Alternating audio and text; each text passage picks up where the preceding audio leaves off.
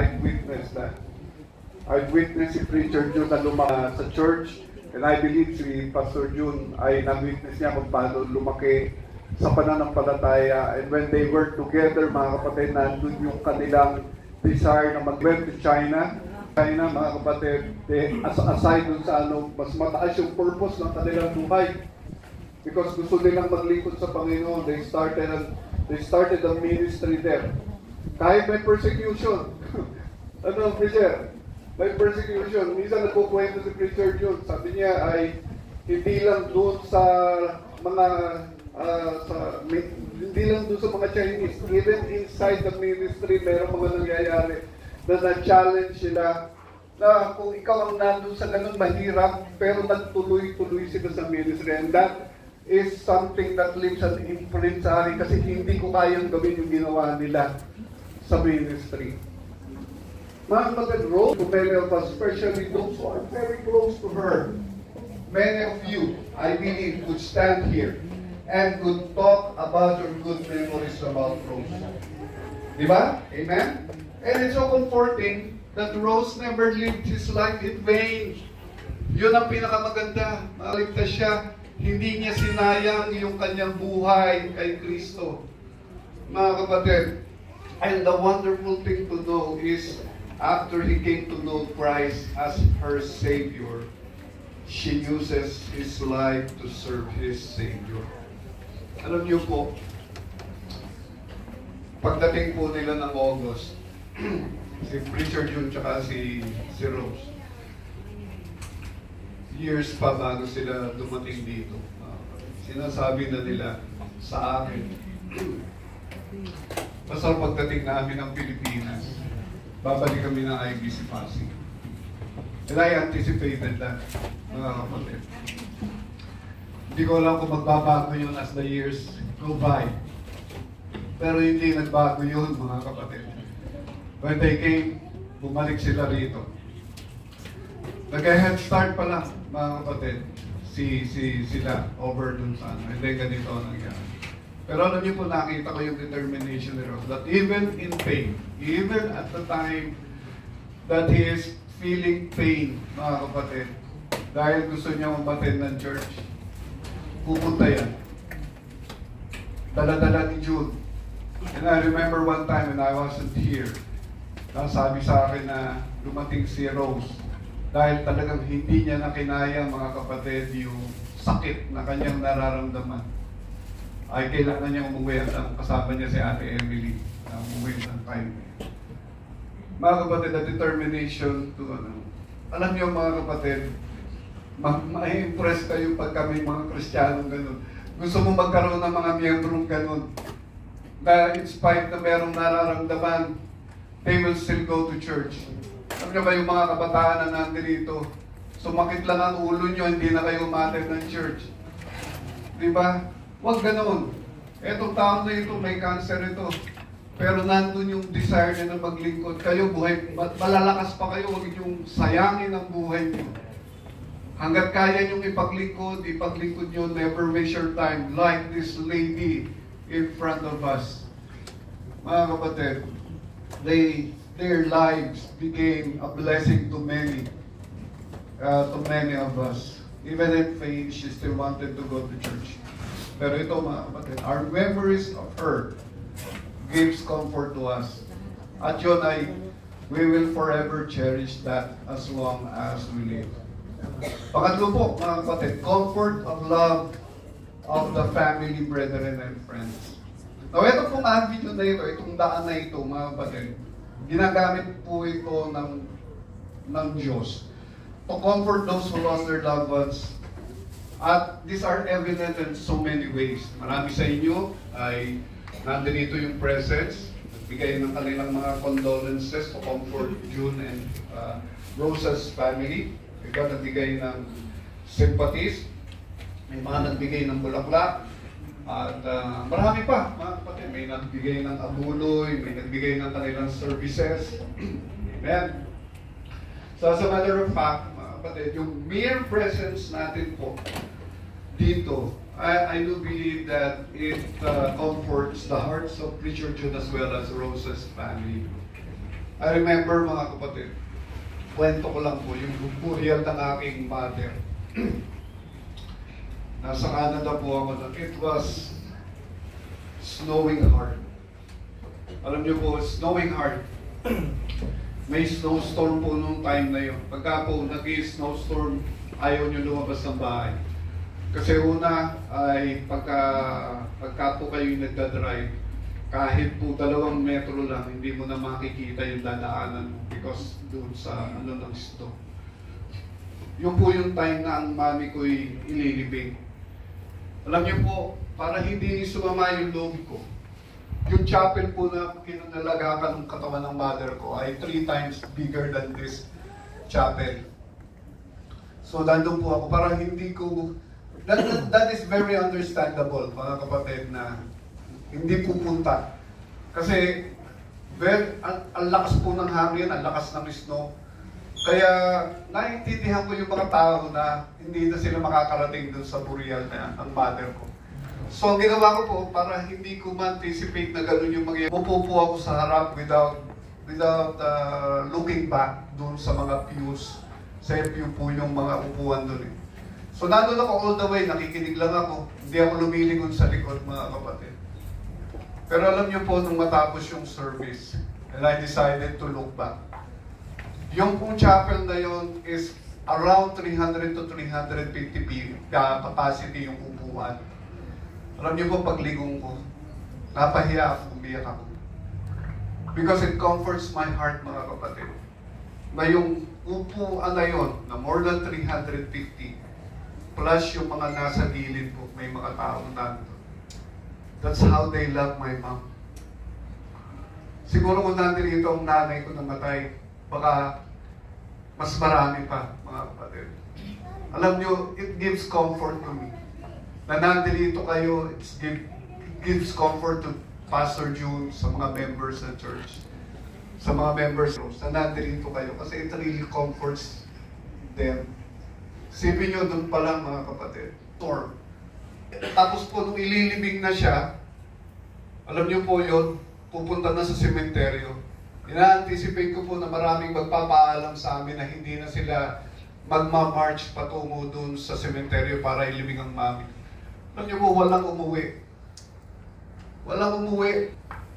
Andun sila, babasa sila ng snow, they are there. Alam ko, kaya nandito kayo dahil mahal na mahal natin itong ating kapatiran na ito. And it comforts Pastor Jude and each and everyone ng family ni Rose. Amen? So mga kapatid, your presence today and those that send their condolences and love is such a comfort for all of Rose's loved ones. Number 4, dalawa na lang po.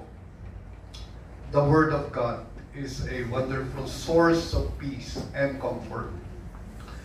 Kung babasahin po natin yung scripture through the eyes of faith, it will be the most comforting source of peace, love, and hope for us. Let's take for example po yung words ni Jesus Christ sa John 11 verses 25 to 26. Ito po ang sabi niya kay Martha.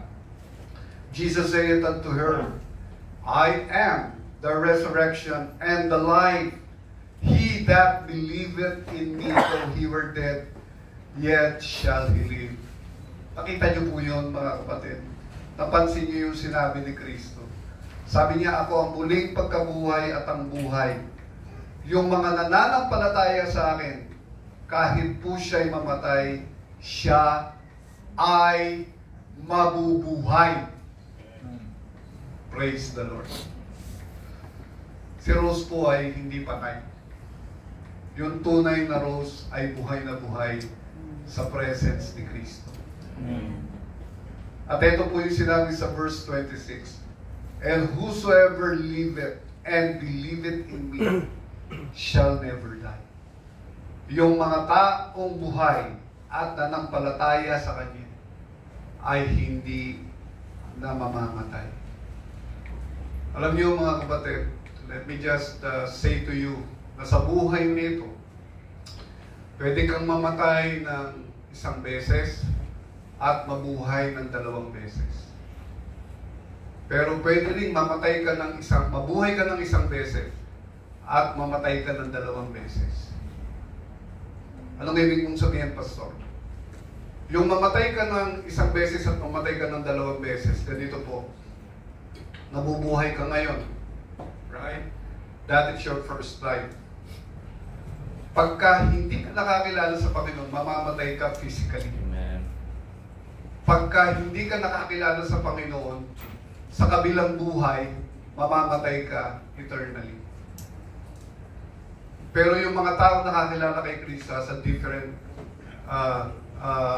situation. Mabubuhay tayo ng isa rito, mamamatay tayo dahil sa kasalanan, physical natin. Pero dahil ang pangako ni Kristo sa mga taong mananampalataya sa Kanya ay mabubuhay, may buhay na walang hanggan siya sa langit. Mga kapatid, that is not a leap in the dark.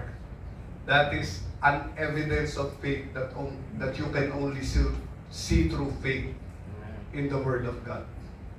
Amen? Amen.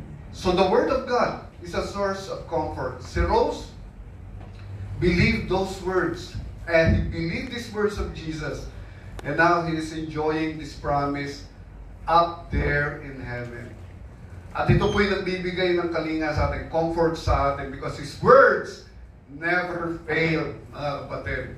Kung ano po ang ipinangako ng Diyos, yan po ay Kanyang tutuparin. And number 5 and last, prayers, yung mga panalangin. Prayer is likewise a source of peace and strength to those who lost a loved one. Sabi nga po dun sa Philippians 4:6-7, be careful for nothing. Mag-ingat kayo dun sa mga bagay na parang binabaliwala lang natin. But in everything, by prayer and supplication with thanksgiving, let your request be made known unto God. Tingnan nyo yung verse 7. Ito po napakaganda. And the peace of God which passeth all understanding shall keep your hearts and minds through Christ Jesus. Ulitin ko po ito. At sinabi ko na rin ito kay Preacher John at doon sa ibang mga natin. Kasi marami tayong whys and what and ifs sa pagkamatay ni Rose. Right? Pero there are so many things in life, sabi ko nga, that we will never understand. Even in this life, hindi natin maiintindihan.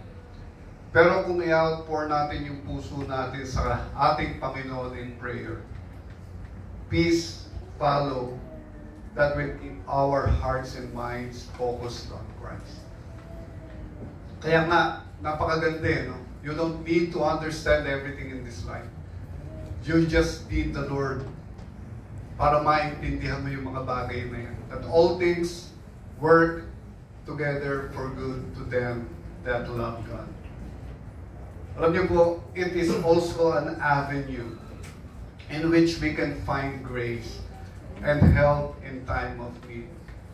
Sabi nga po sa Hebrews 4:14-16, seeing then that we have a great high priest, sabi yan, that is passed into heavens, Jesus, the Son of God, sabi yan, let us hold fast our profession. Itong maganda sa ating Panginoon. Sabi niya, for we have not an high priest which cannot be touched with the feelings of our infirmities, but was in all points tempted like as we are, yet without sin. But this is what I want to point to you. Yung sinabi po doon sa verse 16, pagka ikaw ay nahihirapan. Sabi po diyan, let us therefore come boldly unto the throne of grace. Yun po sabi diyan, that we may obtain mercy and find grace to help in time of need. Alam niyo mga kapatid, mga mahal sa buhay na nandito, it always is merong sufficient grace. Preacher June, merong sufficient grace ang Panginoon sa bawat isa. Sa mga kamag-anak po, may sufficient grace ang ating Panginoon para po sa panahon ng ating pangangailangan at panahon ng ganitong time. Now, there are many more that God can use for us. But with these things that we have heard, we are reminded, alam nyo, how richly blessed those who trust in God and found Jesus as their Savior. Alam nyo po, this is, nakikita nyo po ba that we can find the kindness and goodness of God. Napapansin niyo po ba mga kapatid? Na sa gitna po ng ating kalungkutan ay andun pa rin yung kabutihan at kagandahang loob ng ating Panginoon sa ating bilang mga mananampalataya. So the death of a loved one has been made easier to bear because of the grace of God. Let me tell you this, mga kapatid, Rose lived a good life. And the thought of her being in the presence of God now, with a perfect mind, with a perfect body, it comforts us because of the salvation God bestowed upon him upon believing in Christ.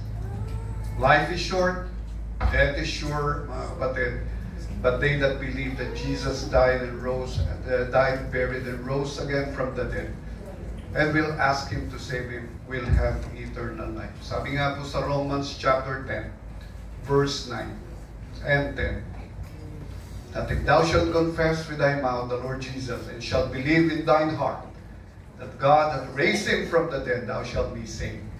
Amen. For with the heart man believeth unto righteousness, and with the mouth confession is made unto salvation. I pray that everyone listening to this verse, I pray na kayo pong nakikinig ngayon, ay meron kayong parehas na pag-asa na katulad ni Rose. Pero kung hindi man, mga kapatid, let me say that God loves you. Dinala niya si Kristo, nagkatawan tao si Kristo, namatay siya para sa ating mga kasalanan. That if thou shalt confess with your mouth that Jesus died and buried and rose again from the dead, at pagtitiwalaan niyo po yung ginawa niya sa krus para sa iyo, sabi po ng Panginoon, ililigtas ka niya. I hope that you will make that decision. Yung po yung tanong ni Jesus Christ kay Martha, believest thou this? Naniniwala ka ba dito? Because the thin line between heaven and hell, mga kapatid, is your faith in the Lord Jesus Christ. Hope and pray, mga kapos, nights na kayo po ay nakinig, lahat naman kayo nandito, ay nakapag-decide na po kayo